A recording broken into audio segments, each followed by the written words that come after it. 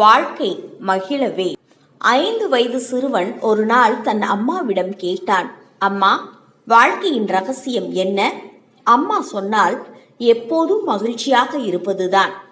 அன்று அவன் பள்ளிக்கு சென்றபோது ஆசிரியை மாணவர்களை பார்த்து, நீங்கள் வளர்ந்து என்ன ஆகப் போகிறீர்கள் என்று கேட்டார். ஒரு பையன் டாக்டர் என்றான், இன்னொரு பையன் என்ஜினியர் என்றான்.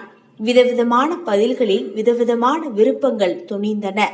ஆனால் அந்த சிறுவன் மட்டும், நான் மகிழ்ச்சியாக இருக்கப் போகிறேன் என்றான். ஆசிரியை கோபமாக, உனக்கு கேள்வி புரியவில்லை என்றார். சிறுவனோ, டீச்சர், உங்களுக்கு வாழ்க்கை புரியவில்லை என்றான். வாழ்க்கையின் அழகு என்பது நீங்கள் எவ்வளவு மகிழ்ச்சியாக இருக்கிறீர்கள் என்பதில் இல்லை, உங்களால் அடுத்தவர் எவ்வளவு மகிழ்ச்சி அடைகிறார்கள் என்பதிலேயே இருக்கிறது.